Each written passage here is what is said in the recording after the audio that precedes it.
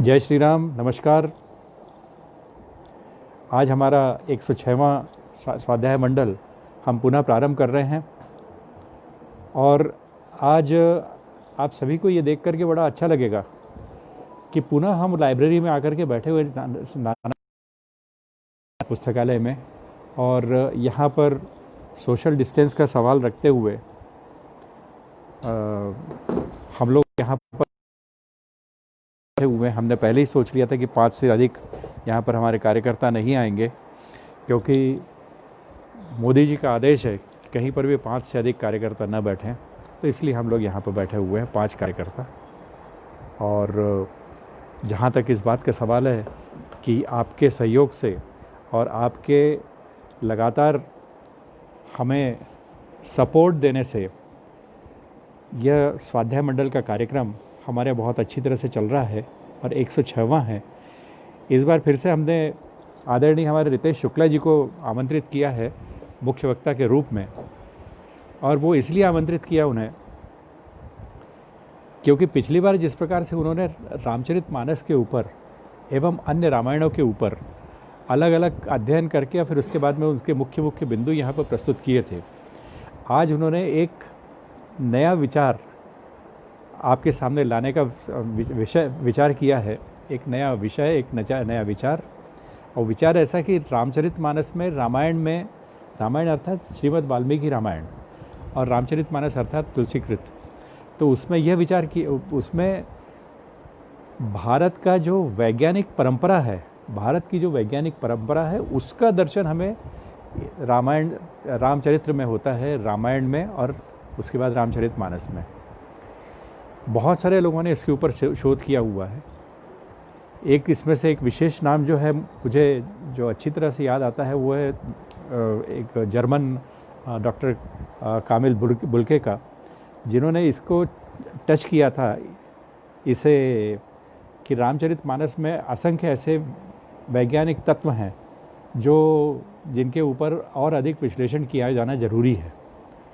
उन्होंने वैज्ञानिक तत्वों का तो उस समय उसमें कोई भी विश्लेषण नहीं किया, लेकिन जो कर्म रूप है और भक्ति रूप है श्रीमद् रामचरितमानस का, वो रामचरितमानस के भक्ति रूप को उन्होंने और कर्म रूप को उन्होंने जो है ना वहाँ पर प्रस्तुत किया था। त्याग की भावना कैसी है उसमें भी उन्होंने डॉक्टरेट ली थी, पीएचडी ली थी इसी के ऊपर, और एक नहीं दो पीएचडी ली थी।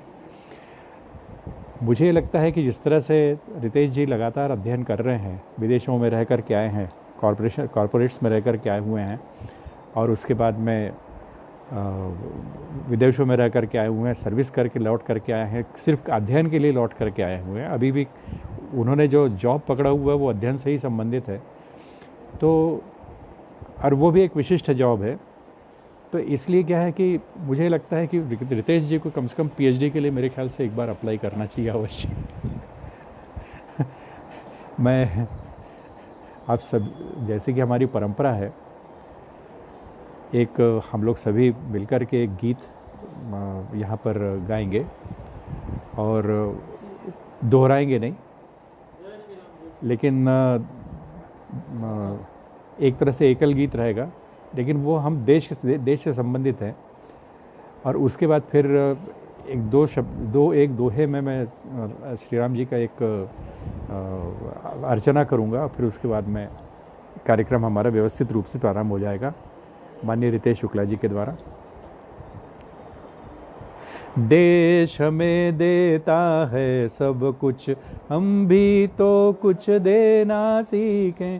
देश हमें देता है सब कुछ, हम भी तो कुछ देना सीखें। सूरज हमें रोशनी देता, हवा नया जीवन देती है। सूरज हमें रोशनी देता, हवा नया जीवन देती है। भूख मिटाने को हम सबकी धरती पर होती खेती है। औरों का भी हित हो जिसमें हम ऐसा कुछ करना सीखें। देश हमें देता है सब कुछ, हम भी तो कुछ देना सीखें। बोलिए भारत माता की। श्री राम जी की वंदना। एक बात छोटी सी मैं कहना भूल गया था, वो ये कि वैज्ञानिक जो परंपरा के बारे में आपसे चर्चा हो रही थी, अभी इन्होंने थोड़ी देर पहले एक प्रश्न पूछा था मुझसे कि बोले सूरज जो है पूर्व से उगता है और पश्चिम से डूबता है, तो इसका कारण क्या है? इसका कारण कहीं पृथ्वी की हलचल तो नहीं है? तो मैंने जवाब दिया कि हाँ, ये तो हमारे प्राइमरी के स्कूलों में, मिडिल स्कूल में हमें पढ़ाया जाता था, क्योंकि धरती पश्चिम से पूर्व की तरफ घूमती है, इसलिए हमें ऐसा प्रतीत होता है कि सूर्य जो है वो पूर्व से उगा और पश्चिम से डूबा। एक आध चक्कर पृथ्वी यदि उल्टा कर दे तो सूरज पश्चिम से भी उग जाएगा, इससे कोई दिक्कत वाली बात नहीं। लेकिन यह है कि ये हमारे ज्योतिषीय जो गणना है, जो इन्होंने खुद ने कहा कि जो ज्योतिषीय गणना जो जिन्होंने की हुई है, उन्होंने अरसे से हजारों वर्ष पूर्व, हजारों बोलूं कि लाखों बोलूं, जो भी हो सकता है, कुछ भी हो सकता है, आदि अनंत, क्योंकि वेद तो लाखों वर्ष पूर्व के हैं। तो और ये भी बात गणना भी है इसी तरह की, नक्षत्रों की भी गणना इस तरह की हजारों लाखों वर्ष पूर्व की है। तो ये जो बात है कि पृथ्वी पश्चिम से पूर्व की तरफ और उसका जो कोण है, जो झुकने का कोण है, वह लगभग 33.5 डिग्री, 8 डिग्री के लॉन्गिट्यूड पे, 8 डिग्री के लॉन्गिट्यूड पे वो नॉर्थ और साउथ पे, हाँ इसी रेंज में, हाँ सारा चक्र का मूवमेंट है। 8 डिग्री पृथ्वी इधर ये होती है और इधर होती है। इसी कारण से जो सूरज हमें दिखाई देता है 33 डिग्री जो है वो गर्मी में, 33 डिग्री सर्दी में। तो ऐसा जो हमें प्रतीत होता है कि उत्तर से दक्षिण और दक्षिण की ओर और दक्षिण से उत्तर की ओर इस प्रकार से चलायमान है। तो मैं ज़्यादा बोलूँगा नहीं बीच में, बस श्री राम जी के चरणों में एक छोटा सा श्लोक अर्पित है। श्री रामचंद्र कृपालु भज मन हरण भव भय दारुणम नव कंजलोचन कंज मुख कर कंज पद कंजारुणम। श्री राम श्री राम श्री राम श्री राम। जय जय श्री राम। आदरणीय रितेश जी।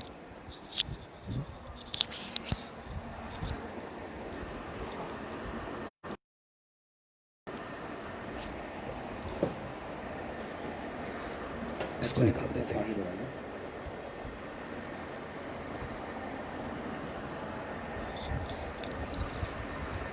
नमस्कार। आदरणीय सप्रे जी, आपका बहुत बहुत धन्यवाद। दोबारा से मौका मिला है मुझे चर्चा करने के लिए, और आपका धन्यवाद कि आपने हमको नानाजी देशमुख पुस्तकालय के संरक्षण में बहुत ही अच्छी अनुभूति होती है। भारतीय परंपरा में ज्ञान विज्ञान की प्रथा तो बहुत पुरानी रही है। दिक्कत ये है कि आज वो परंपरा कमज़ोर होती हुई नज़र आ रही है, और ये कमज़ोरी 200-400 वर्ष नहीं, करीब 1000-1200 वर्ष से इस कमज़ोरी की शुरुआत देखने को मिली है। तो आज के माहौल में नानाजी देशमुख पुस्तकालय के माध्यम से मैं आपको बताऊं, आदरणीय सप्रे जी, हमारे पुराने प्राचीन परंपरा में एक कौतूहलशाला की प्रथा थी कि गुरुकुल में आप जब जाते थे और गुरुकुल पूरा कर लेने के बाद जब आप गृहस्थ आश्रम में वापस जाते थे,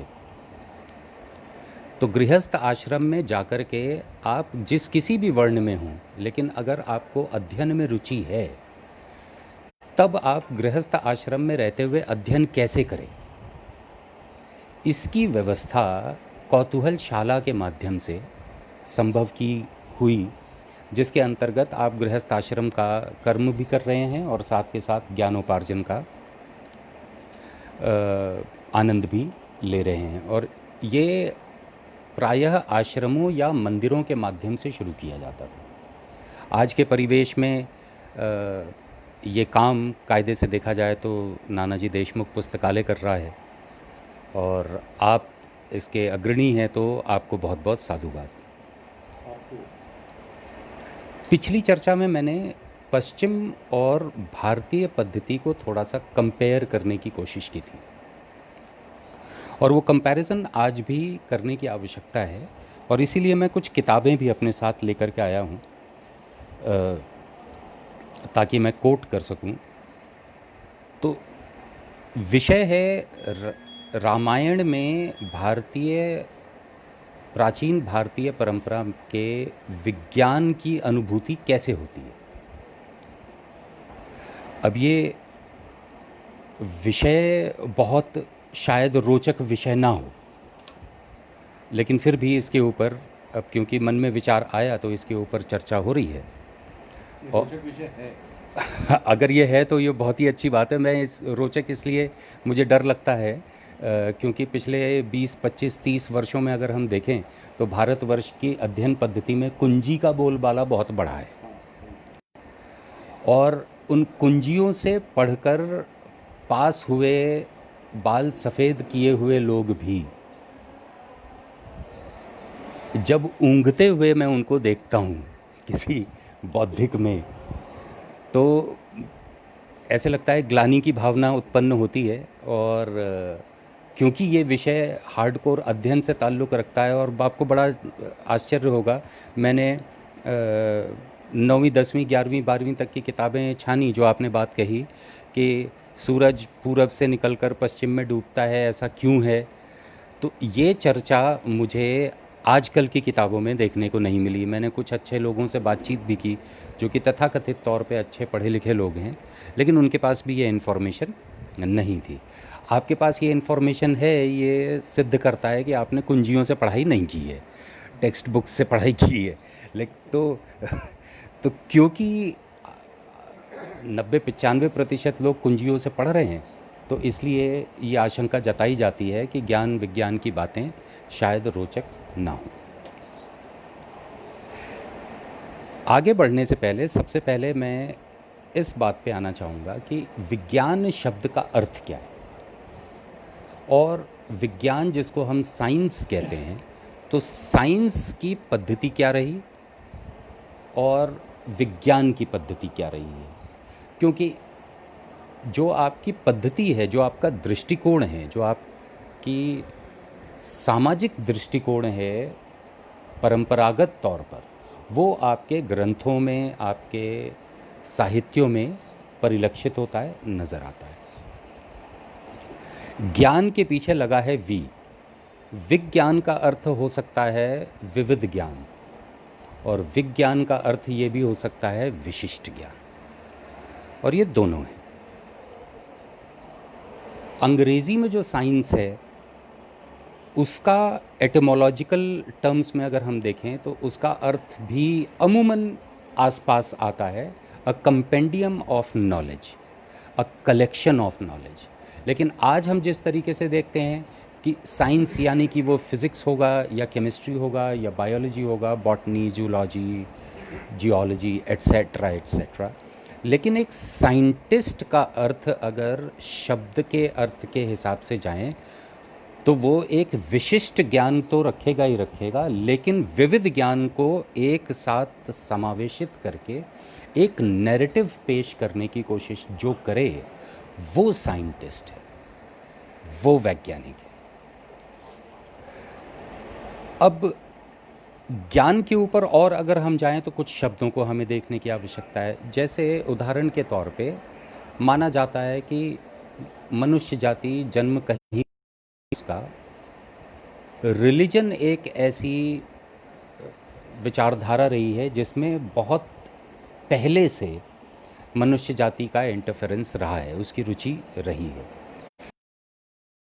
हिंदी में ट्रांसलेशन वो नहीं है हिंदी में या संस्कृत का कोई भी एक ऐसा शब्द नहीं है जो कि रिलीजन को ट्रांसलेट करने के लिए उपयोग में आए, क्योंकि वो कॉन्सेप्ट ही नहीं था।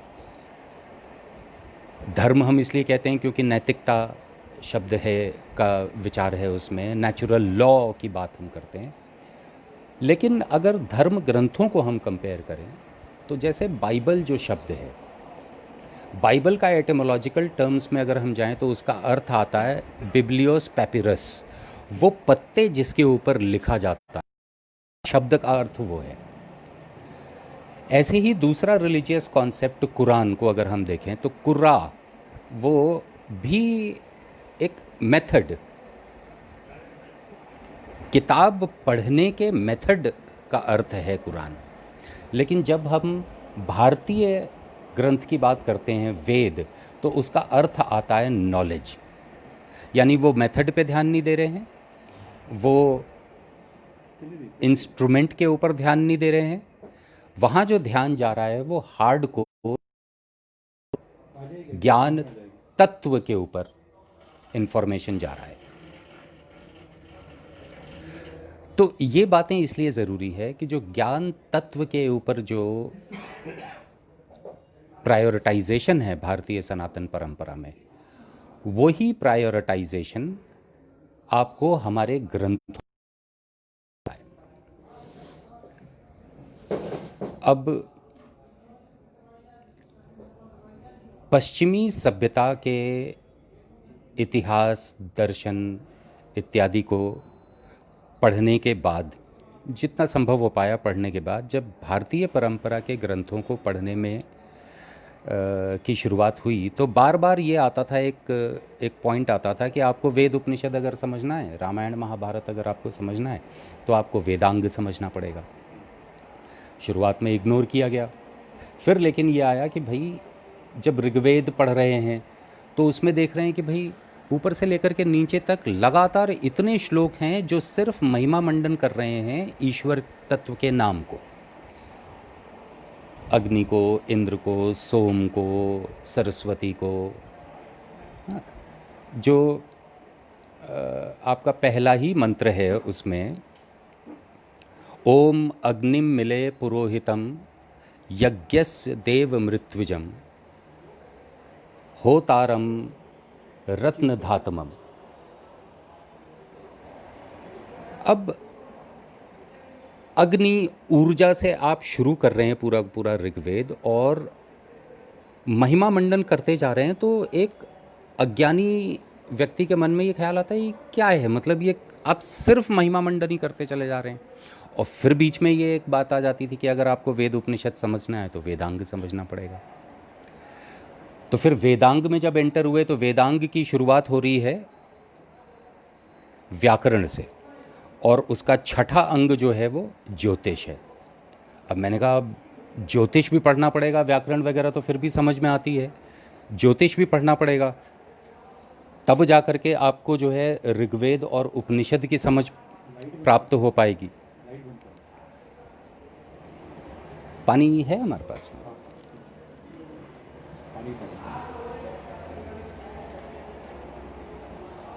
Thank you. बैठिए आराम से, होने दीजिए, जो हो रहा है प्रकृति है। तो मुझे ये समझ में आया कि इनको समझने के लिए ज्योतिष को समझना जरूरी है। और वहाँ मेरे दिमाग में ये प्रश्न उठा कि भारतीय परंपरा में इतिहास को समझने की, विज्ञान को समझने की जो पद्धति है वो पश्चिम से इतनी अलग क्यों है, और पश्चिम की पद्धति को हम आज ग्रहण तो करने की कोशिश कर रहे हैं लेकिन हमें कहीं ना कहीं लगता है कि उसमें कोई कमज़ोरी है। रामायण में विज्ञान की परंपरा पे एंटर करने से पहले मैं जरा पश्चिम अपने खुद के ज्ञान को किस तरीके से देख रहा है उसके ऊपर मैं आपका ध्यान आकर्षण थोड़ा सा करना चाहूँगा। सबसे पहले अगर हम देखें तो ये एक किताब है बेनेडिटो क्रोचे, ये इटालियन हिस्टोरियन थे फर्स्ट वर्ल्ड वॉर से पहले। इसमें एक बड़ा सुंदर ये प्रश्न उठा रहे हैं और मैं इसको आपके लिए पढ़ रहा हूँ। अक्सर कई बार ऐसा लगता है लोगों को कि ये हवा में बात कर रहा है, और वैसा महसूस ना हो इसलिए मैं आज ग्रंथ लेकर के आया हूँ कि इसमें ये कहा गया है कि one of the many questions often proposed and never answered, कई बार ऐसे प्रश्न पूछे गए जो कभी जवाब नहीं दिया गया जिनका, they concern the starting point of history, human history. उनका ताल्लुक उस प्रश्न से होता है कि मनुष्य का इतिहास कब शुरू हुआ। जो अक्सर इस तथ्य से जवाब दिया जाता है, which is sometimes stated to be with the invention of writing, यानी कि जैसे ही मनुष्य ने लिखना शुरू किया वैसे ही मनुष्य का इतिहास शुरू हुआ। अब ये पश्चिम कह रहा है। अब जब मैं अपनी पद्धति को देखता हूँ तो हमारे यहाँ पे श्रुति और स्मृति है। श्रुति परम माना गया है, लिखित में स्मृति माना गया है। श्रुति में वेद, उपनिषद, गीता और रामायण, महाभारत, ये सारे कब से गाया जाना शुरू हुआ भारत में।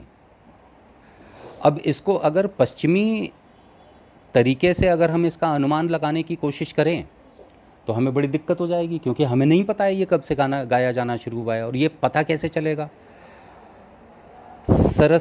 सरस्वती नदी के बारे में और सरस्वती नदी के आसपास की वैली के बारे में जब तक आर्कियोलॉजिकल मेथड से हम इंफॉर्मेशन प्राप्त नहीं कर पाएंगे, तब तक पश्चिम के Aryan migration, sometimes Aryan invasion के कॉन्सेप्ट को माना जाए कि नहीं माना जाए, इन तथ्यों के ऊपर हम नहीं आ सकते। लेकिन हम ये मान सकते हैं कि ये गणना नहीं हो सकती है, लेकिन गणना के बगैर पश्चिम नहीं चलता। जैसे ये एक किताब है द हार्वर्ड क्लासिक्स, ये भी जो है छपी है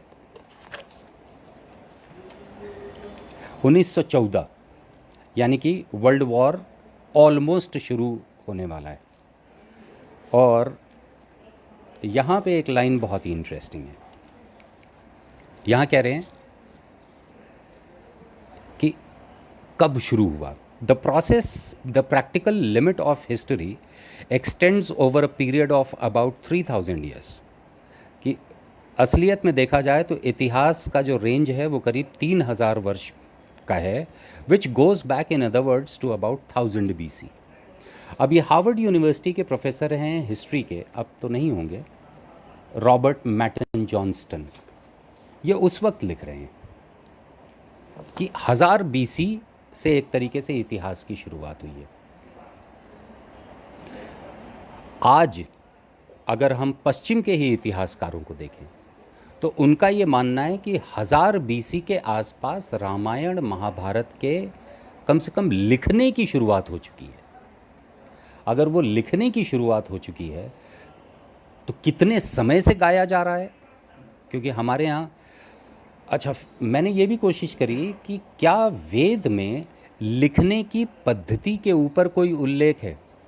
आदरणीय सप्रे जी, आपको जानकर हैरानी होगी कि मुझे अभी तक क्रिया शब्द जो लिखने की पद्धति का सूचक हो, वैसी क्रिया शब्द की बात कर रहा हूँ मैं, पूरे वेद में अभी तक नहीं मिली। और मैं ठीक ठाक अंदर तक, दरवाज़ा खोल के अंदर तक घुसने की चेष्टा की है, लेकिन वो शब्द नहीं मिला है। यानी कि लिखने की पद्धति के ऊपर वैदिक साहित्य में चर्चा ही नहीं है। श्रुति के ऊपर भयंकर चर्चा है। तो खैर, इसमें 1000 BC से, और ये डिफरेंस हमारे यहाँ आ रहा है। हमारे यहाँ अनंत काल की चर्चा की जा रही है। फिर इसके बाद एक जगह पे और कि अच्छा 1000 BC से शुरू हुआ है, तो फिर ये बताइए कि लेकिन वाल्मीकि रामायण जो है, वाल्मीकि रामायण में ये स्पष्ट उल्लेख है कि इसकी रचना जो है वो ईश्वरीय प्रेरणा से हुई। तो नहीं, सिर्फ इसकी ही नहीं, श्रुति में आने वाले सारे साहित्य को अपौरुषेय कहा गया है। अब वो ऋग्वेद से लेकर के ऋग, साम, यजुर, अथर्व, संपूर्ण उपनिषद, संपूर्ण गीता, महाभारत को 5वां वेद माना जा रहा है और वेद अपौरुषेय है। रामायण को शास्त्र की संज्ञा दी जा रही है। तो पुराण से पहले की जितनी भी चीज़ें हैं उसको तो हमारी परंपरा अपौरुषेय ही मान रही है। वो क्यों अपौरुषेय मान रही है, इसमें मैं जो आलसी पंडित हैं हमारे, उनके पॉइंट ऑफ व्यू को नहीं मानता। उस क्यों अपौरुषेय है उसको समझने के लिए हमें गायत्री मंत्र को समझना बहुत ज़रूरी है। और आप खुद ये, मैं तो आपको चुनौती देता हूँ कि आपके यहाँ आते जाते रहते हैं लोग, एक प्रश्न आप लगातार पूछे, अच्छा गायत्री मंत्र का अर्थ बताओ। अगर हिंदू है तो आदमी को गायत्री मंत्र का अर्थ पता होना चाहिए कि नहीं पता होना चाहिए। अगर आपको गायत्री मंत्र का अर्थ नहीं पता है तो क्या हिंदुत्व के ऊपर आपको एक शब्द भी कहने का अधिकार है? ये बहुत इम्पॉर्टेंट प्रश्न है। तो अपौरुषेय तो है क्योंकि ईश्वर ने लिखा है, तो ईश्वर की जो परिभाषा है वो पश्चिमी ईश्वर की परिभाषा नहीं है हमारे यहाँ। अगर हम ईश्वर की परिभाषा के साथ जाते हैं तब तो हमें ये मानना पड़ेगा कि ऊपर से ईश्वर उतरे और उन्होंने जो है ये लिख करके या किसी को सपने में बताया। हमारे यहाँ तो ईश्वर की परिभाषा ही बहुत डिफरेंट है। तो आता हूँ मैं उसके ऊपर। इस ऐतिहासिक परंपरा के अंतर्गत हार्वर्ड यूनिवर्सिटी ही प्रोग्रेस को क्या कह रहा हूँ, मैं एक इम्पॉर्टेंट पॉइंट पे आना चाह रहा हूँ, इसलिए मैं इस पे आ रहा हूँ। तो इसमें एक नेचुरल साइंस के प्रोफेसर हैं लॉरेंस जे हेंडरसन, ये कहते हैं progress as the word is commonly understood, जैसा कि प्रोग्रेस शब्द से समझा जाता है, it is most often a step in the control of environment. एक तरीका है ताकि आप प्रकृति को कंट्रोल कर सकें। क्यों? To the end of better production, ताकि आप उत्पादन अच्छा करें, कंस्ट्रक्शन, आप कुछ बनाएं, जो कि आज हम देख रहे हैं, and distribution of some commodity, कुछ पदार्थ का प्रोडक्शन करें, कंस्ट्रक्शन करें और उसका डिस्ट्रीब्यूशन करें। ये डेफिनेशन है एक नेचुरल साइंटिस्ट हार्वर्ड यूनिवर्सिटी के, जो कि बता रहा है प्रोग्रेस क्या है। और एक ये किताब फाइनली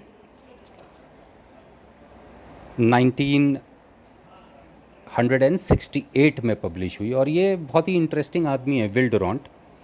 ये 11 वॉल्यूम स्टोरी ऑफ सिविलाइजेशन लिखने के बाद, जो कि करीब 15,000 पन्ने होते हैं, उसके बाद ये 100 पेज की इन्होंने किताब लिखी। और ये तब ठिठक करके एक तरफ बात कर रहे हैं एक लाइन में, और ये देखिए अच्छी बात है ये, जो कि आज के परिवेश को बताती है।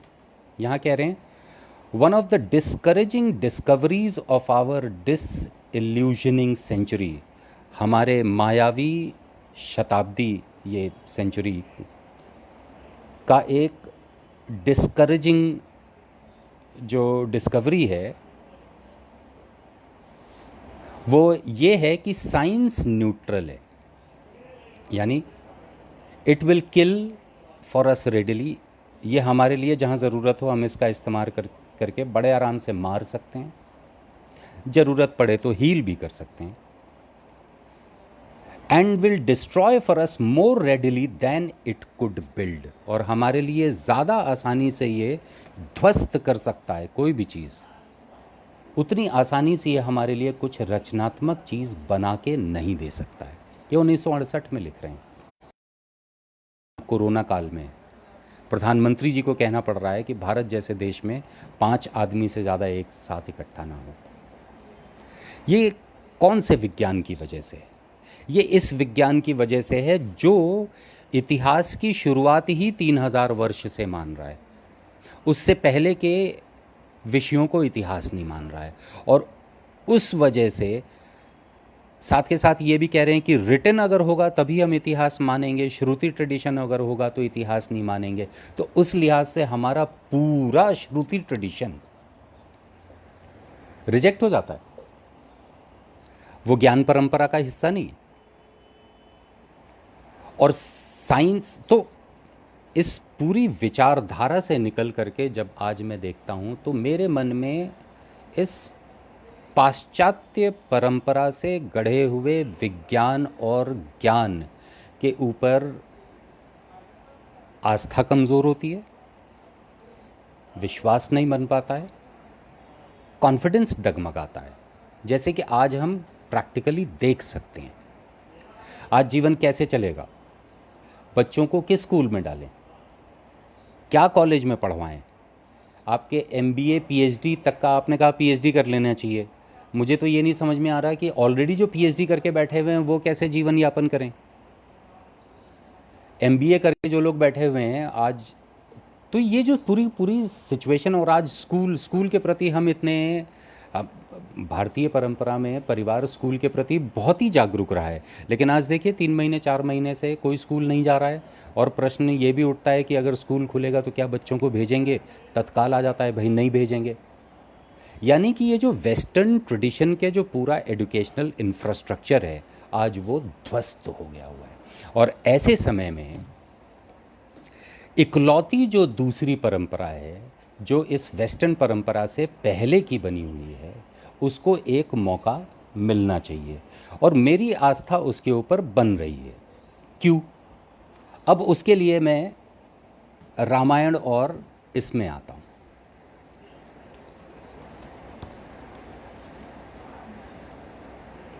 यहाँ एक ये बहुत ही शुरुआत में एक ये है, आकर 4,84,000 जाति जीव जल थल नभ बासी, सिय राम मैं सब जग जानी, करऊं प्रणाम जोरि जुग पानी। 84 लाख योनियां, 84 लाख योनियों में 4 प्रकार के जीव जल पृथ्वी और आकाश में रहते हैं। उन सब से भरे हुए इस सारे जगत को श्री सीताराम मैं जानकर मैं दोनों हाथ जोड़कर प्रणाम करता हूँ। और वो 4 प्रकार के क्या हैं? स्वेदज, अंडज, उद्भिज और जरायुज, यानी अंडे देने वाले, अपने जैसे जन्म देने वाले इत्यादि। बहुत अच्छे राइटर्स की पश्चिम की किताब में मैंने जो बहुत बड़ा आंकड़ा देखा वो 3000 वर्ष का देखा। जब मैं जियोलॉजी में एंटर करता हूँ आज के, तब मुझे एक आंकड़ा आता है जो कि बहुत बड़ा आंकड़ा है, और वो है 1370 crore. 13.7 billion years ago says geology that this whole universe came into being. Around 3.5 और 4 बिलियन यानी कि 300 से 400 करोड़ वर्ष पहले धरती इमर्ज कर रही है।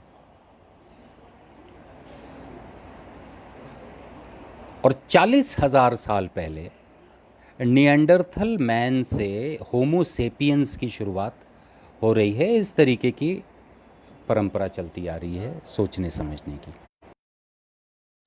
जब मैं अपने ग्रंथों में देखता हूं तो ये तो शुरुआत, पहला क्या 11वें पेज पे है ये आंकड़ा। दूसरा अगर मैं उठाऊं,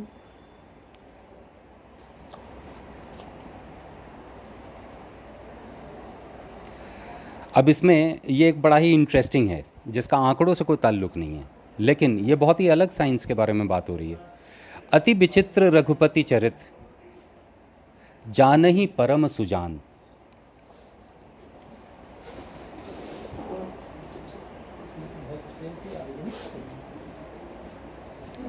तो ये कह रहे हैं अति विचित्र रघुपति चरित, जानहि परम सुजान, जे मतिमंद विमोह बस हृदयम धरहि कछुआन।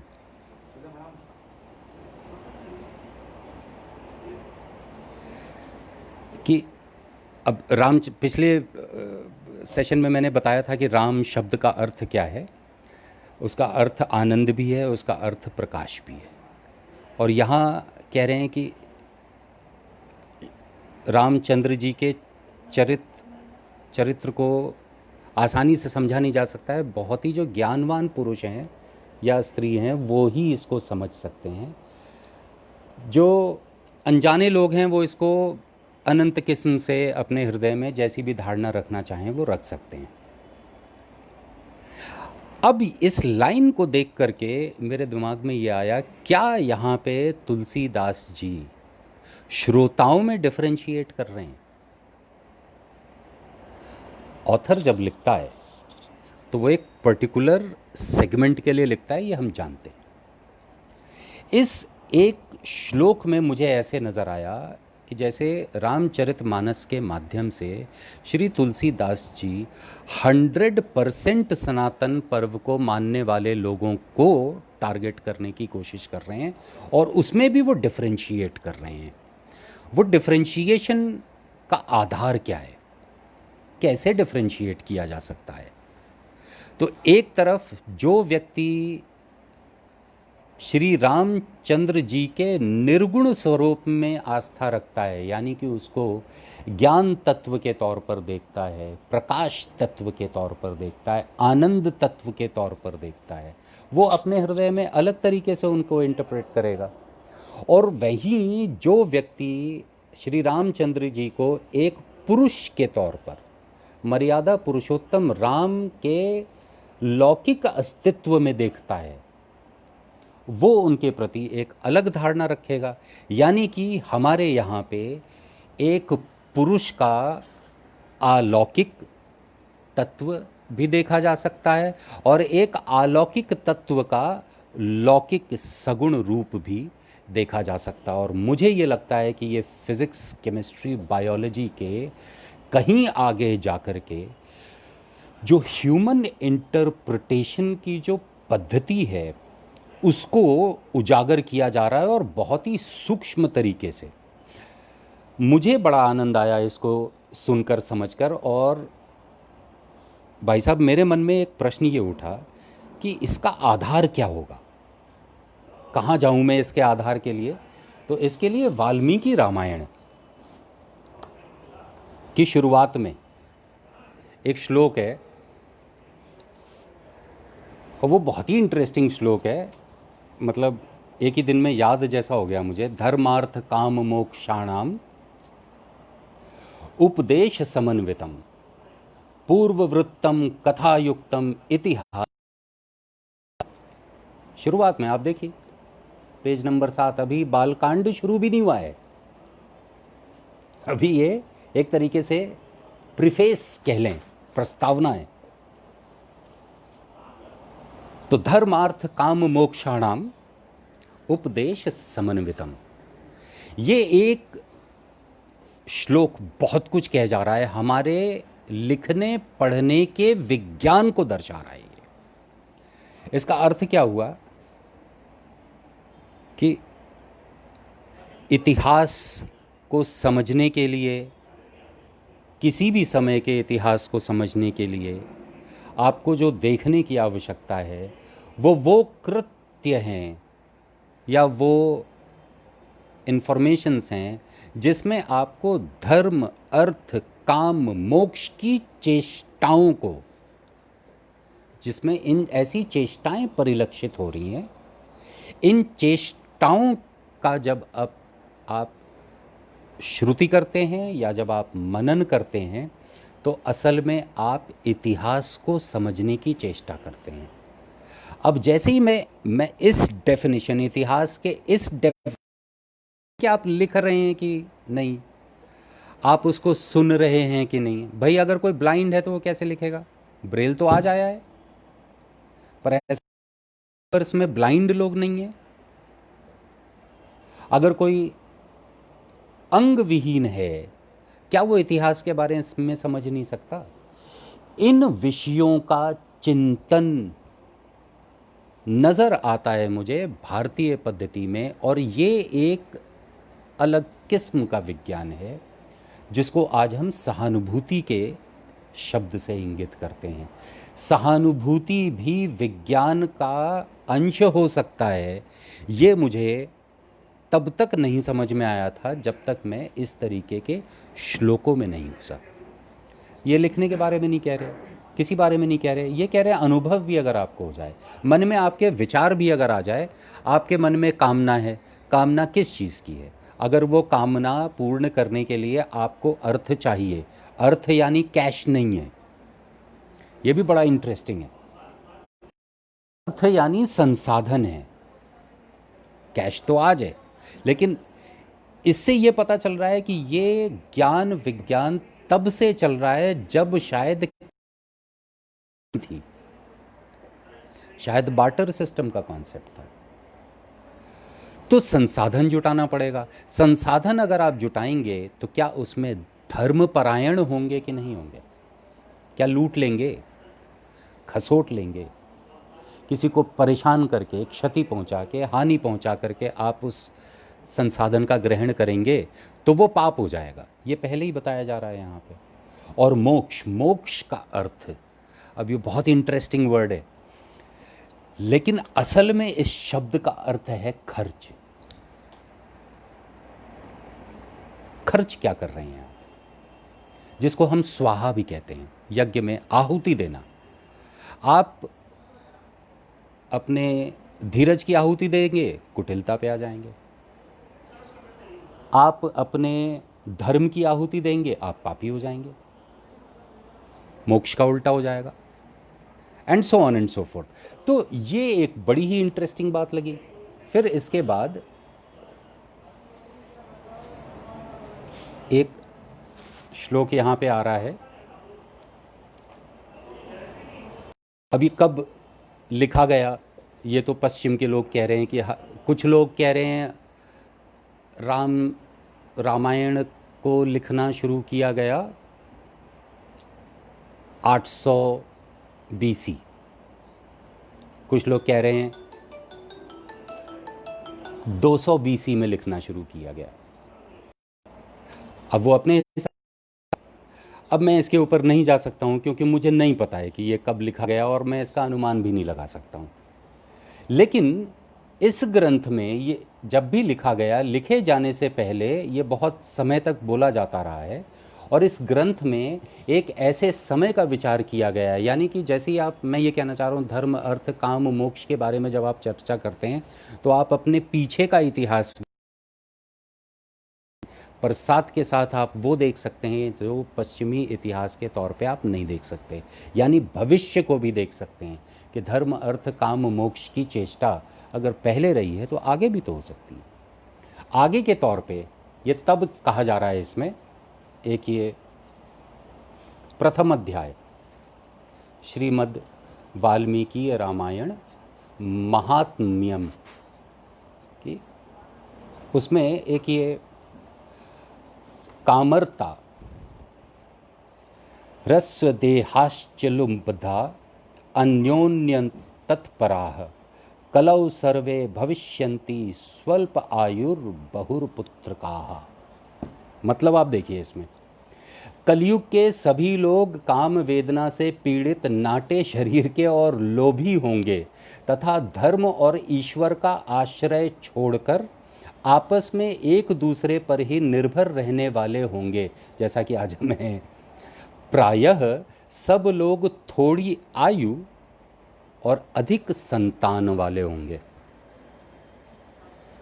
मैं इमेजिन नहीं कर सकता हूं कि इस श्लोक को 1-2 साल पहले नहीं, 200-400 साल पहले नहीं, पता नहीं अगर पश्चिम को ही मान ले तो 3-4 हजार साल पहले लिखा जा रहा है, उससे पहले से बोला जा रहा है, ये अनुमान लगा लिया गया। और आज मुझे एक शब्द आज के हिसाब से इसमें, आप बताइए आपको गलत लगा सुनने में? ये जो अनुमान लगाने की व्यवस्था, क्यों मैं इसे विज्ञान ना मानूं? विज्ञान के पश्चिमी संकुचित परिभाषा में सिकुड़कर अगर मैं देखता हूं तो मेरे लिए फिर तो ये सब माइथोलॉजी है। लेकिन ये श्लोक तो मुझे अनुभव ये करा रहा है कि नहीं यार, ये बात तो आज सही है। अगर सही नहीं होती तो हम second largest population in the world कैसे होते? पॉपुलेशन हमारी दिक्कत नहीं है, अनिभिज्ञ पॉपुलेशन हमारी दिक्कत है। पॉपुलेशन तो इसका 1.5 गुना और कर लीजिए, लेकिन अगर वो आपके लिए संसाधन बने तब तो ये बहुत अच्छी बात है।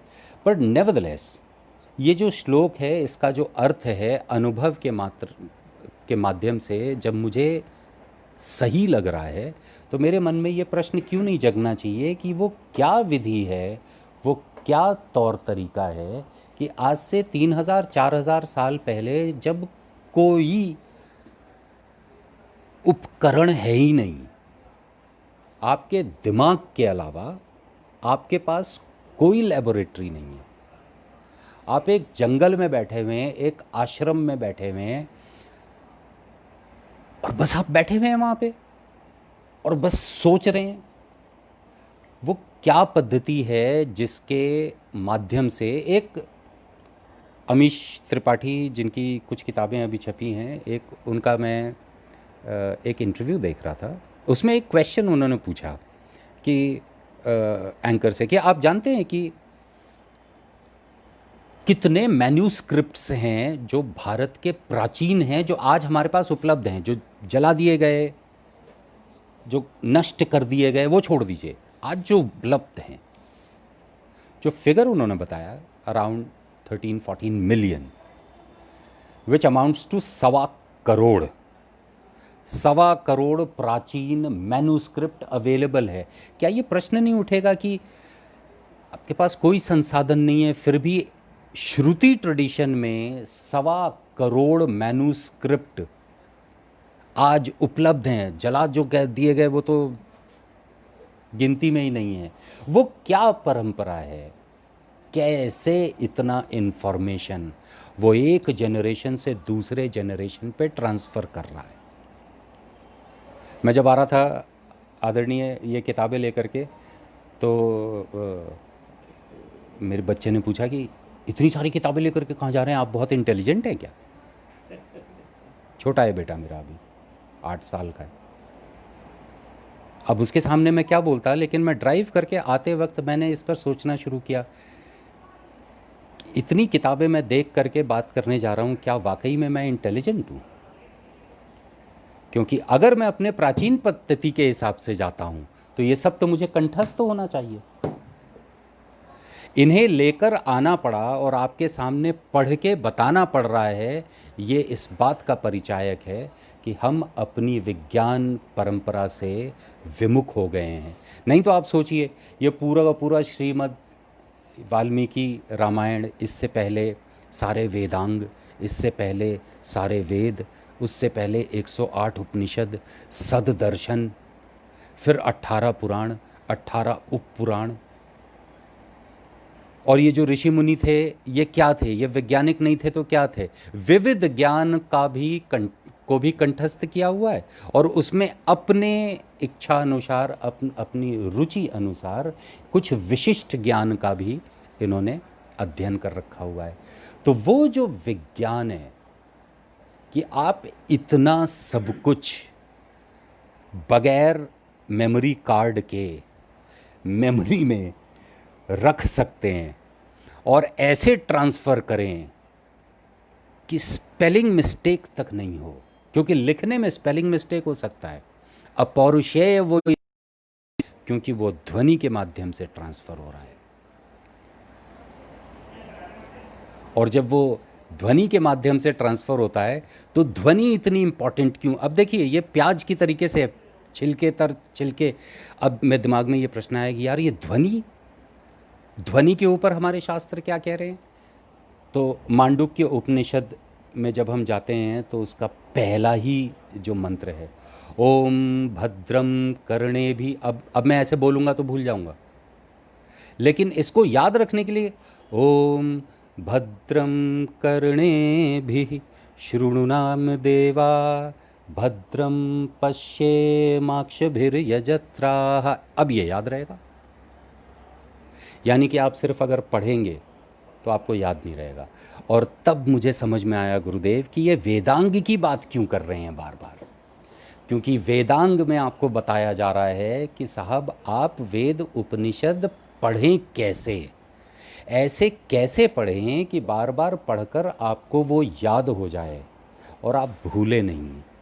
और ना भूलने के लिए आपको ध्वनि पकड़नी होगी और उसको गाना होगा। वेद, इतिहास, यानी कि रामायण और महाभारत, ये कथा है, ये पढ़ा नहीं जा सकता है, ये गाया जाता है।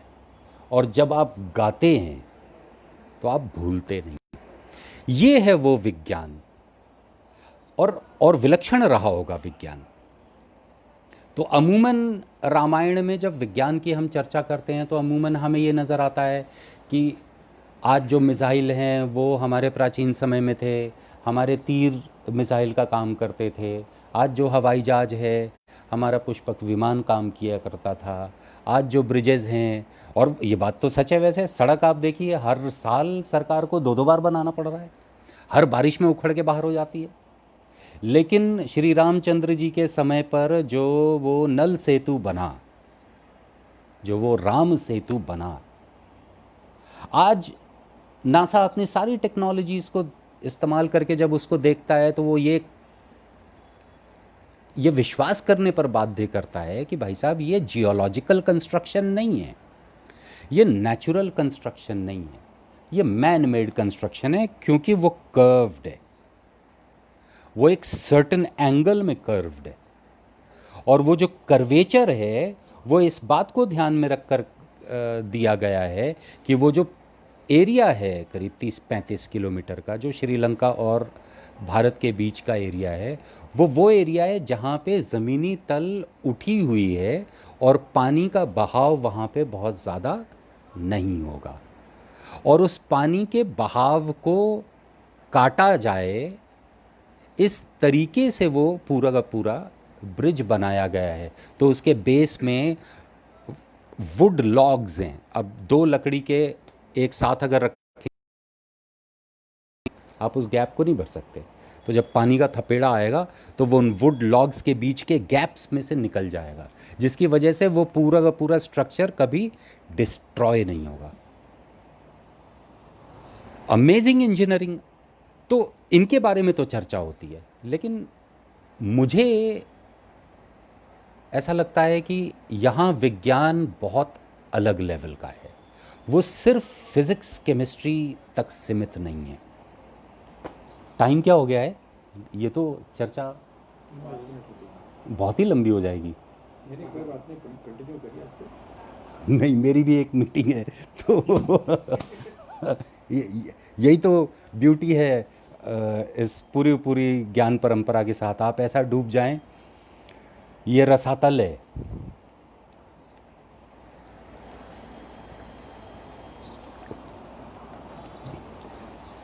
इसमें एक अलग किस्म के जो विज्ञान की बात हो रही है वो और भी इंटरेस्टिंग है, जिसको कि आज भी मिथ माना जाता है, जिसको अब मैं मिथ मानने को तैयार नहीं हूँ। इसलिए क्योंकि उसका अध्ययन करना मैंने खुद शुरू कर दिया है। आपको जानकर बड़ी हैरानी होगी आदरणीय। वो क्या है, इसमें एक बहुत ही इंटरेस्टिंग वाल्मीकि रामायण में है, चाहे उसमें भी है, रामचरित में भी है, लेकिन रामचरित तो फिर भी चलिए 1500 एडी के आसपास का है। मेरे लिए ये ज़्यादा इंटरेस्टिंग है क्योंकि इसका मुझे नहीं पता है ये चर्चा कब शुरू हुई। इसमें एक है, चैत्रे मासी सिते पक्षे कथा रामायणस्य च नवाग्ना किल श्रोतव्या भक्ति भावेन सादरम यस्य श्रवण मात्रेण सर्व पापः प्रमुच्यते। अर्थात चैत्र मास के शुक्ल पक्ष में तुम्हें भक्ति भाव से आदर पूर्वक रामायण की नवाह कथा सुननी चाहिए। अब एक तो आम आदमी ये बोलेगा, हाँ भाई चैत्र मास पकड़ो और इसमें जो है शुक्ल पक्ष के पंचमी से आप जो है 9 दिन तक आप जो है अध्ययन करना शुरू करें। एक तो इन्फॉर्मेशन ये आई, लेकिन मुझे जो बहुत इंटरेस्टिंग इन्फॉर्मेशन लग रही है वो ये है कि चैत्र मास यानी महीने की बात हो रही है और उसमें शुक्ल पक्ष की बात हो रही है।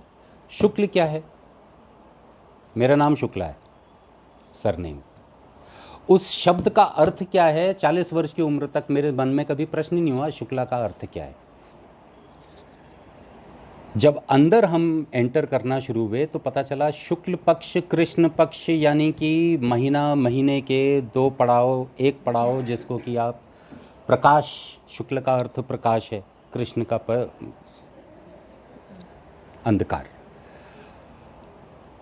तो यानी कि ये जब चर्चा हो रही है, एक महानुभाव वाल्मीकि जी जो कि ऋषि हैं, वो एक ग्रंथ लिख रहे हैं। उनका पर्पस क्या है? उनका पर्पस ये है कि वेद उपनिषद का अनुभव आम आदमी क्या सरल भाव से कर सकता है?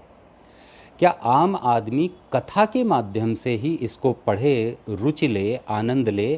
क्या कोई ऐसा आएगा जिसके मन में कुछ प्रश्न उठे और वो रामायण के ऊपर अगले ग्रंथ पे जाने की सोचे?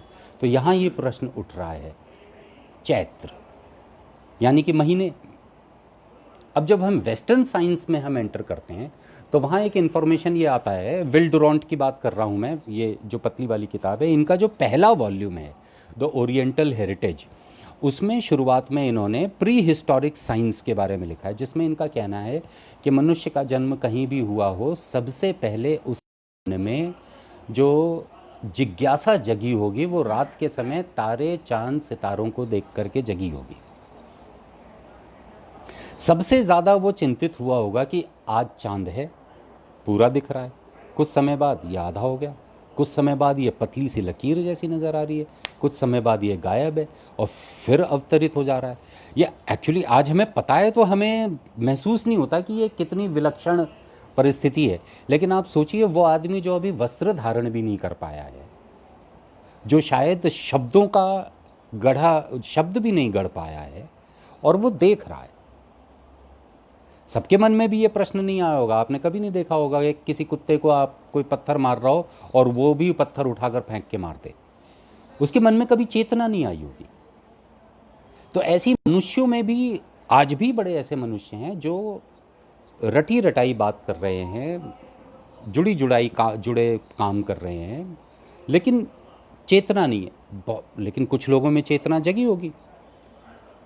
इन लोगों ने फिर इस घटने बढ़ने को कैलकुलेट किया होगा।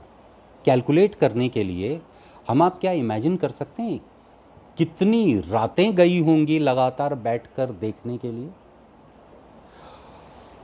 और इसके बाद रातों के ऊपर आगे चर्चा करने से पहले मैं एक और इस पे आ जाता हूं।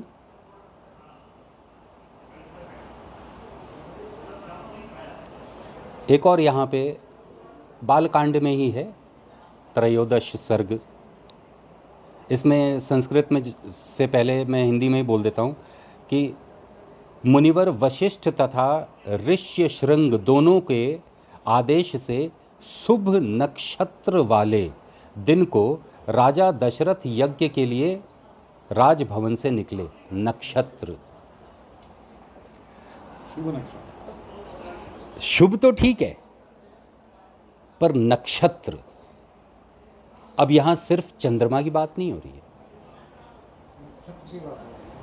और नक्षत्र होता क्या है? आज बहुत सारे लोग जो कंप्यूटर से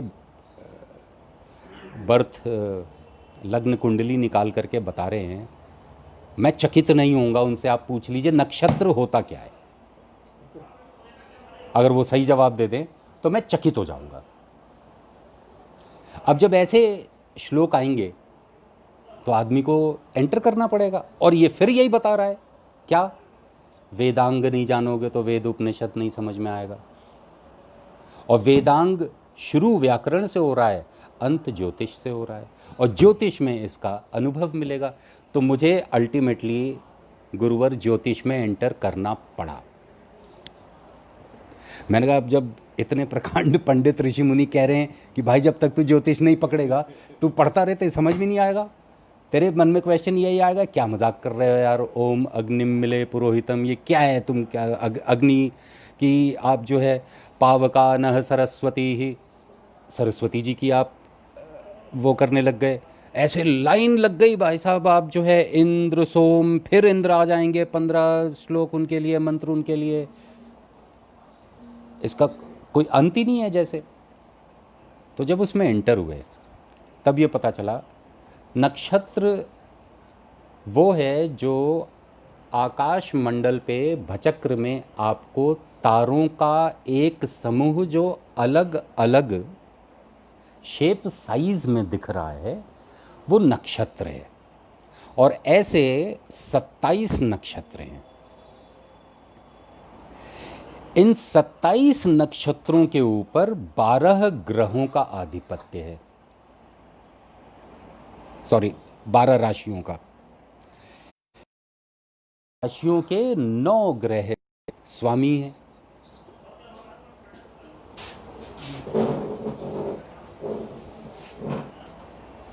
तो आदरणीय, ये बहुत ही इंटरेस्टिंग है। 27 नक्षत्र हैं, इनके ऊपर 12 राशियां हैं। 12 राशियों के स्वामी 9 ग्रह हैं, जिसमें से 2 ग्रह ही नहीं हैं। सूर्य को ग्रह मानेंगे क्या? अब तो वेस्टर्न साइंस के हिसाब से सूर्य इज नॉट अ प्लैनेट। चंद्र को ग्रह मानेंगे क्या? वेस्टर्न साइंस के हिसाब से चंद्र is not a planet, it's a satellite. But ज्योतिष कह रहा नहीं, हम इसको ग्रह मानेंगे, we will consider it as a planet. अच्छा, 27 राहु और केतु विजिबल नहीं, वो अलग है, वो इनसे अलग हैं। इनसे अलग। और आपने बिल्कुल सही पॉइंट उठाया। अब मैं आज यहां बैठकर, सारे मेरे पास इक्विपमेंट है, सब इस्तेमाल करके मैं इस कंक्लूजन पे कैसे पहुंचूं कि चंद्रमा का जब ग्रहण होगा या जब कोई भी ग्रहण होगा तो चंद्रमा वो लाइन जहां पे इन तीनों के मूवमेंट कोइंसाइड करेंगे वो राहु है, और ऐसे ही कोइंसिडेंस सदर्न पार्ट में वो केतु है। तो आम आदमी को तो समझाने के लिए कि राहु केतु एक ही धड़ के 2 अंग हैं। जब समुद्र मंथन किया जा रहा था, तो जब देवता को अमृत बांटा जा रहा था, तो एक राक्षस, उसको ऐसा लगा कि अरे यार, ये तो देवता, ये तो चीटिंग कर रहे हैं मिस्टर भगवान, ये सबको तो बांट देंगे, हम लोगों का तो नंबर ही नहीं आएगा। और वो चुपचाप आ गया, वो छल से उस अमृत को पान करने के लिए, और मुंह में लगा भी दिया। ईश्वर को दिख गया, उनने उसको काट दिया। अब लेकिन मुंह में तो उसके अमृत आ चुका था। तो जो नदर्न पोर्शन है, यानी कि जो सर का हिस्सा है, वो राहु बन गया, नीचे वाला हिस्सा आपका पूरा का पूरा केतु बन गया। और ये दोनों हमेशा 180 डिग्री के ऊपर रहेंगे। अब मैं ये सोच रहा हूं कि यार, कितना समय, कितने लोग लगे होंगे जो पहले तो ये देख रहे हैं कि भाई, जो पहले चंद्रमा नहीं समझ पा रहा है आदमी, अब वो देखते देखते ये कह रहा है, अच्छा ये वाला, ये नक्षत्र, ये इसका ये नाम होगा, मूल नक्षत्र इसका नाम कहलाएगा, इसका नाम रेवती नक्षत्र कहलाएगा, इसका नाम आषाढ़, उत्तर फाल्गुन, ऐसे एक नहीं 27। और इनके चरण भी हैं, हर एक नक्षत्र के 3 चरण होंगे। अब इसके आधार पे कुंडली बनेगी। कुंडली किसकी बनेगी? जन्म लेने वाले की बनेगी। तो जन्म लेने वाले की बनेगी, तो आप जन्म धरती पे ले रहे हो, और आप कल्पना कर रहे हो पूरे के पूरे भचक्र की।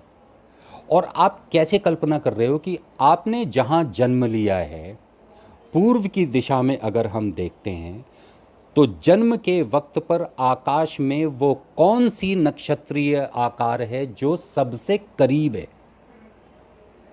वो लग्न होगा। और उसी समय पर चंद्रमा की परिस्थिति किस नक्षत्र में है, वो आपकी राशि होगी।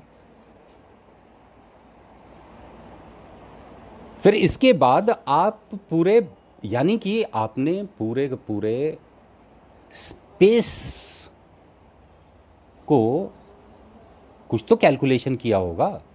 तो 27 कैलकुलेशन कर रहे हैं, और ज्योतिष में दिख रहा है कैलकुलेशन कि आपने पूरे के पूरे अर्थ को 360 डिग्री में बांटा हुआ है। इसका मतलब आप मान रहे हो?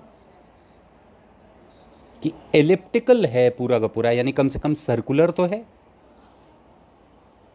अगर आप सर्कुलर नहीं मानोगे तो आप नक्षत्र की कल्पना 360 डिग्री के हिसाब से कैसे करोगे? आप कैसे बताओगे कि कौन से नक्षत्र का कितना रेंज है? तो 360 divided by 27, it comes to around 13.2 13.3, यानी कि डेसिमल का इस्तेमाल हो रहा है। और यहां जो मेरा क्वेश्चन कि यार जीरो यहीं क्यों, दशमलव यहीं क्यों, मेरे पास अपनी सारी बुद्धि लगाने के बाद कोई और वजह मुझे नहीं नजर आता खुली आंख से, सिवाय ज्योतिष के, कि जब तक आपको आवश्यकता नहीं पड़ी कि हम स्पेस भचक्र को कितने में डिवाइड करेंगे, नक्षत्र को कितना स्पेस देंगे, एक नक्षत्र के ऊपर अलग अलग प्लैनेट्स हैं, अलग अलग प्लैनेट्स अलग अलग डिस्टेंस में हैं, अलग अलग शेप साइज के हैं। 1 डिग्री में एक दिन सूर्य का मूवमेंट होगा, 2.5 डिग्री में आपका मूवमेंट चंद्रमा का होगा, और वही मूवमेंट अलग अलग सैटर्न का अलग और अलग अलग, यानी कि कैलकुलेशन किया गया है बैठ करके। आज मैं अगर कैलकुलेशन करने बैठूं तो मैं कैसे करूंगा कैलकुलेशन? तो ये वो विज्ञान ने अनिवार्य कर दिया होगा कि भाई आपको जीरो, यानी स्टार्टिंग पॉइंट जीरो मतलब क्या? जीरो एक सर्कुलर एंटिटी का स्टार्टिंग पॉइंट है। जीरो मतलब जो कहीं से भी स्टार्ट कर दीजिए आप, जहां पे भी डाल दीजिए, उसके इधर और उसके इधर, यानी कि पॉजिटिव नेगेटिव आप दोनों एक साथ दे सकते हैं। ये सर्कुलर एंटिटी का कॉन्सेप्चुअलाइजेशन अगर ज्योतिष को हटा दें हम, तो मेरे पास भारतीय परंपरा में भी, सनातन पर्व में भी ऐसी कोई वजह, ऐसी कोई आवश्यकता नहीं नजर आ रही है जहां शून्य की आवश्यकता पड़े, दशमलव की आवश्यकता। 360 डिग्री को 27 से डिवाइड करेंगे तो वो होल नंबर तो आ नहीं सकता। Then how do you do it? Decimal की आवश्यकता वहां पड़ रही है। अब मुझे बहुत ही इंटरेस्ट आने लग गया है, मतलब मैं तो पढ़ने लग गया हूं अब, और अब मुझे ऐसा महसूस हो रहा है कि गणित पढ़ाने के लिए ज्योतिष को गढ़ा गया। हमारे ऋषियों मुनियों ने ज्योतिष को गढ़ा ताकि गुरुकुल में गणित में स्व अध्याय हो सके। और मैं आपको गारंटी देता हूं, आज के स्कूल के सिस्टम में आप, अभी तक हम जो गणित पढ़ा रहे हैं, आज क्या परिस्थिति है गणित की हम आप जानते हैं। आप ज्योतिष स्टार्ट करके देखिए एक बार, आपका इंटरेस्ट ना आ जाए, आप मेरा नाम बदल दीजिए। आप क्या कह रहे हो, इतना इंटरेस्टिंग है कि जिसकी कहने की याद नहीं है। कुंडली बना रहे हैं आप, कुंडली में आपने 12 खंड किए हुए हैं। 12 खंड आपने क्या किया हुआ है? सबसे पहला आपका लग्न जहां पे बैठता है उसको आप कहते हो तन। तन यानी शरीर, शरीर है तो शरीर के अंदर मन भी है और आत्मा भी है। तन मन आत्मा तीनों, यह आपका लग्न बताएगा। अब काउंटिंग ऐसे, नॉर्मली आप क्लॉकवाइज काउंटिंग करते हैं, लेकिन कुंडली में जब काउंटिंग होती है गुरुवर, तो वो उल्टी होती है। तो एक नंबर लग्न है, 2 3 4 5 6 7 11 12, मुझे लगा टाइम अप। मेरे ख्याल से इसका सेकंड पार्ट हमें करना पड़ेगा, ज्योतिष के ऊपर अलग से बात करनी पड़ेगी। हाँ, डेडिकेटेड टू ज्योतिष। और and I will be talking not as a professional ज्योतिष, as a student, you know. तो तो काउंटिंग उल्टी हो रही है। और यहाँ जो हमारी चर्चा हुई, जब ज्योतिष मैंने पढ़ना शुरू किया, तब ये बात मुझे एक्चुअली रियलाइज हुई कि सूरज एक्चुअली पूरब में उग रहा है, पश्चिम में डूब रहा है। इसको हम रियलिटी मान रहे हैं, किताबों में पढ़ाया जा रहा है, लेकिन धरती और प्लैनेट पूरब की तरफ इनका डायरेक्शन है मूवमेंट का। इसलिए हमें प्रतीत होता है कि सूरज पूरब में उग रहा है। असल में ऐसा है नहीं। अब आप देखिए, ज्योतिष ने सबसे बड़ी बात जो पहले ही चैप्टर में बताई, वो इतना बड़ा विज्ञान है कि आज वो विज्ञान अच्छे अच्छे लोगों को नहीं पता है। वो ये है जो हम बोलते हैं कि जो दिख रहा है वो सत्य हो नहीं सकता, और जो नहीं दिख रहा है सत्य वही है। और यही रामायण में भी बार बार सगुण और निर्गुण की बात हो रही है। भारतीय परंपरा का जो विज्ञान, मैं अगर सम कर दूं एक लाइन में, वो ये है, भारतीय परंपरा का जो विज्ञान है वो सिर्फ सगुण में इंटरेस्टेड नहीं है। वो जो दिख रहा है उसको पर्दा मान रहा है, उसको भेद कर उसके पीछे जो दिख नहीं रहा है, जो निर्गुण है,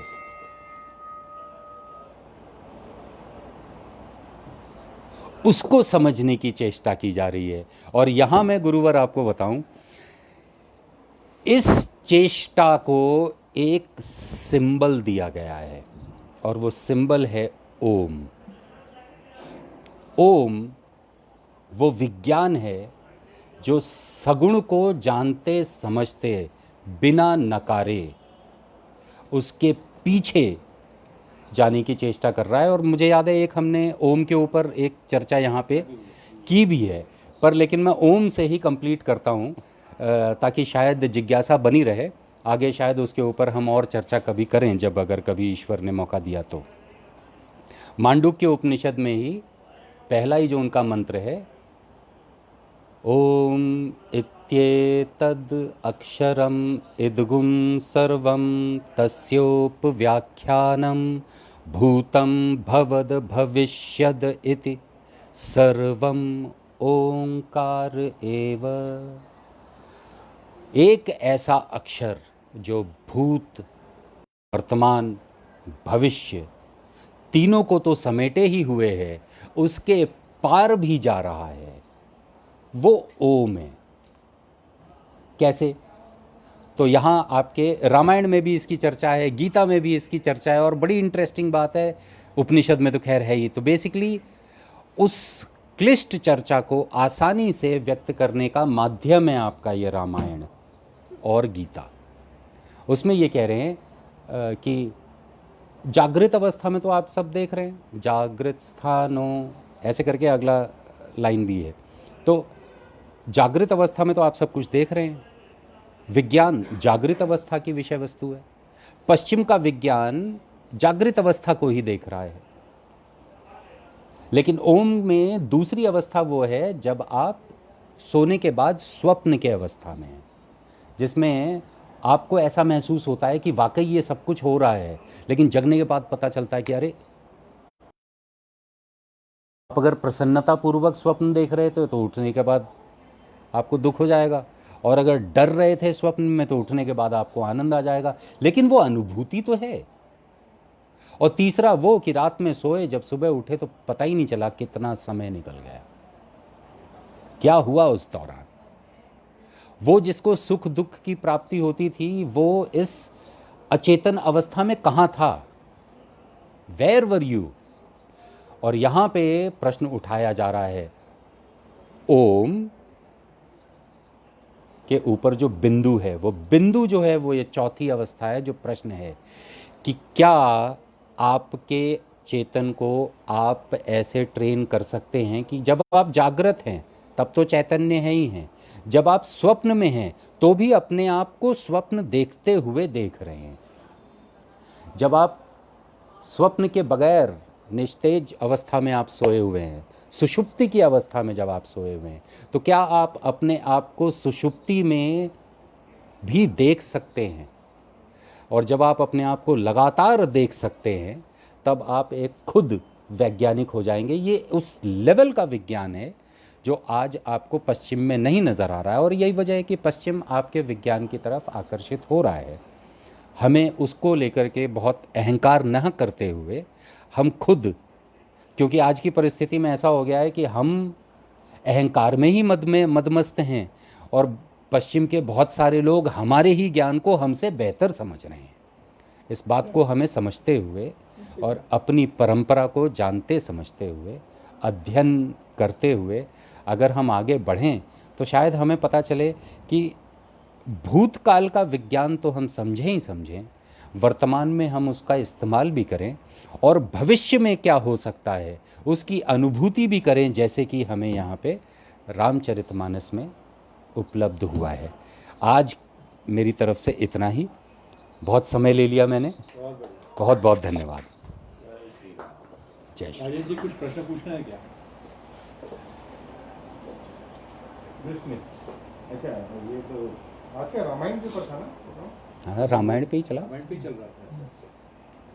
नहीं, अच्छा लगा। मैं आपका मतलब ज्ञान बहुत अच्छा है।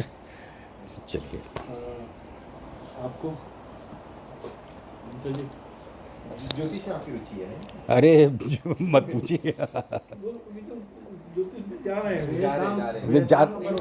जाना पड़ रहा है, कोई कोई चारा नहीं है। करने के लिए। नहीं, वो आपको घुमाना ये भी बंद। बोल रहा है कि जब तक आप नहीं समझेंगे तब तक आपको समझ में नहीं आएगा। वेदांत की अपन में 4 पानी है, 6 हैं, 2 आप बता रहे हो, 4 का पता नहीं कौन से हैं, वो आप बताइए। बहुत बहुत धन्यवाद आदरणीय रितेश जी। और आज आपने इतना जो क्लिष्ट विषय है उसको इतना सरल बना करके हम लोगों को बताया।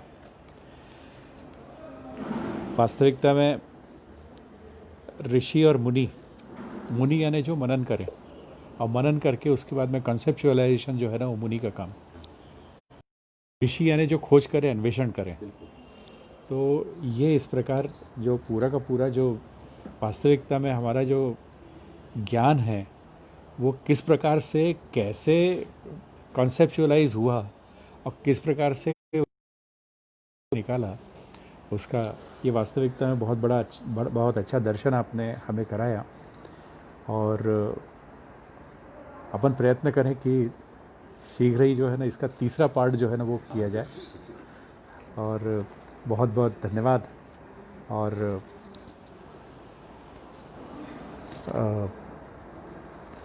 आप सभी लोगों की तरफ से मैं आदरणीय रितेश जी को धन्यवाद देता हूँ, आभार व्यक्त करता हूँ। और साथ ही साथ में महर्षि वाल्मीकि और तुलसीदास जी को प्रणाम करता हूँ कि यदि वो नहीं होते तो ये बात हम तक पहुँचती नहीं। सही बात। बहुत बहुत धन्यवाद। और आज का स्वाध्याय मंडल हम यहीं से इसका इति करते हैं। और इसके बाद में कल्याण मंत्र बोल करके और फिर उसके बाद में इति करेंगे। धन्यवाद।